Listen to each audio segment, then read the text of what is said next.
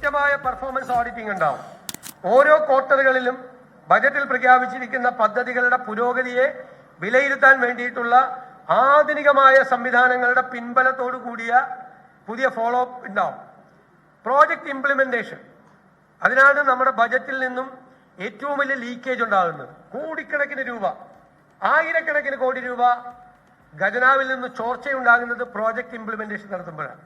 പല പ്രോജക്റ്റുകളും സമയത്തിന് തീർക്കാതെ 2 കൊല്ലം കൊണ്ട് തീർക്കേണ്ടത് 10 കൊല്ലം കൊണ്ട് തീർത്ത് സംസ്ഥാനത്തെ ഖജനാവിന് 100 കോടി രൂപയുടെ പദ്ധതി 1000 കോടിയിൽ അവസാനിക്കുന്ന പദ്ധതിയാണ്. പ്രോജക്റ്റ് ഇംപ്ലിമെന്റേഷന് ഒരു പ്രോട്ടോകോൾ ഉണ്ടാകും. ആ ഉത്തരവാദിത്തം ഏറ്റെടുക്കുന്ന ഉദ്യോഗസ്ഥർക്ക് ഒരു അക്കൗണ്ടബിലിറ്റി ഉണ്ടാകും.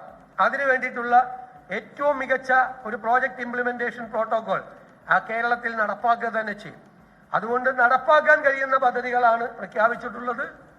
നികുതിയൊന്നും വർദ്ധിപ്പിച്ച് ജനങ്ങളെ ബുദ്ധിമുട്ടിലാക്കാതെ, പ്രയാസത്തിലാക്കാതെ അവരെ ചേർത്ത് പിടിക്കുന്നതിന് വേണ്ടിയിട്ടുള്ള ഒരു ബജറ്റായി കേരളത്തെ ഭാവിയെക്കുറിച്ചൊരു പുതിയുഗ കേരളത്തെ സ്വപ്നം കണ്ടുകൊണ്ട് അത് യാഥാർത്ഥ്യമാക്കാൻ വേണ്ടിയിട്ടുള്ള ആത്മാർത്ഥ നിറഞ്ഞ ശ്രമങ്ങളാണ് ഈ ബജറ്റിൽ നടത്തിയിട്ടുള്ളത്.